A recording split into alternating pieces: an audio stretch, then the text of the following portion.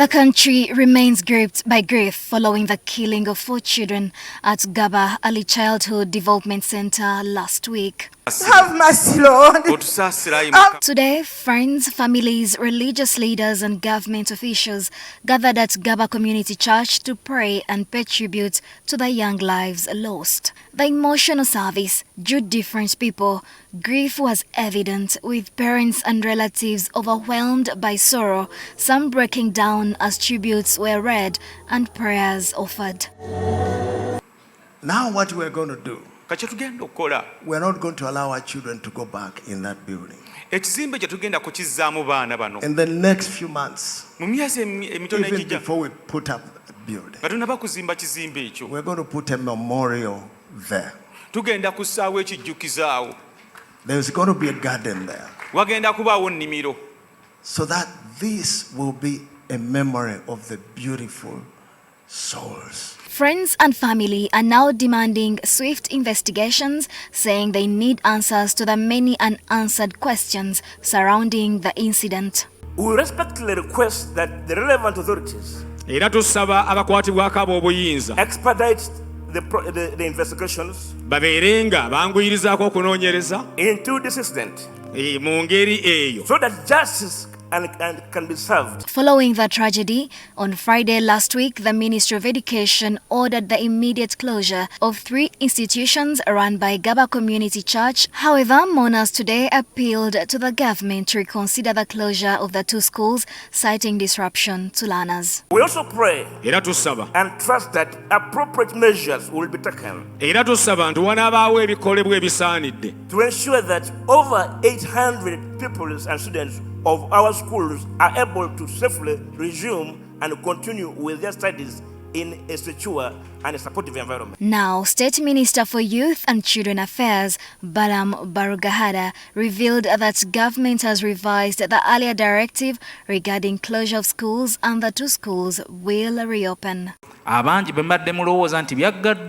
His Excellency the President and Mama reaffirm the schools will remain open. However, Ggaba Early Childhood Development Center will remain closed. The only challenge is the early child care center.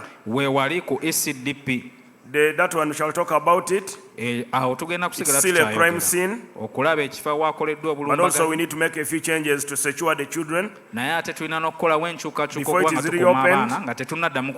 It has been made clear that the primary school and the secondary school, which are part of our big campus, but they're not in the same area where the childhood development program is, they are not closed and no one has closed them. We have also had clarity that the center where the attack was is still a crime scene. And even for all of us who are here, we are still traumatized. There's no way we can go in there. We need some time to heal.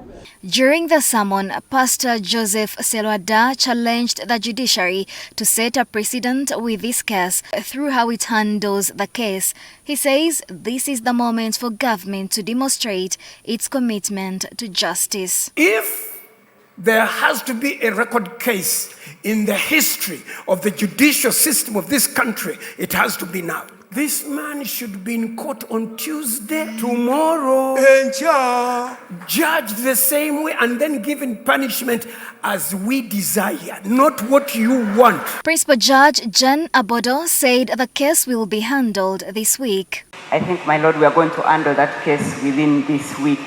She said the president has advised the judiciary to test the mobile courts system by taking court to where the incident happened. The principal judge made remarks during a separate event during a memorial service of late retired Supreme Court Justice Augustine Nshimye. Because His Excellency says this case must be handled, can you test that mobile court directives that you made as a judiciary? Take the court to where the incident happened and handle the case there and handle it fast. Of course, we always say that fast in, fast out, but there are exceptions. When there are public interest cases, they can be handled, and I think this one fits that. Meanwhile, police represented by the DPC of Kabalagala says the suspect remains in police custody and investigations are ongoing. We have the suspect in our custody. He is being investigated by a joint team of intelligence groups. And at a specific time, the public will get communication of how far we have gone and how we have reached where we are. Meanwhile, the minister delivered 10 million shillings to each affected family on behalf of the president. We apologize for any mischief that could have happened due to our negligence when executing our duties. The gentleman should go either to court martial, because when I was seated there, another person came and informed me that there is an old woman looking for me, who says in 2020 the same man killed his son, but he has been traumatized, she has been traumatized. So that reporter, that journalist will bring that lady this week, so that we do more charges against the man. Nobat Atkunda, NTV News.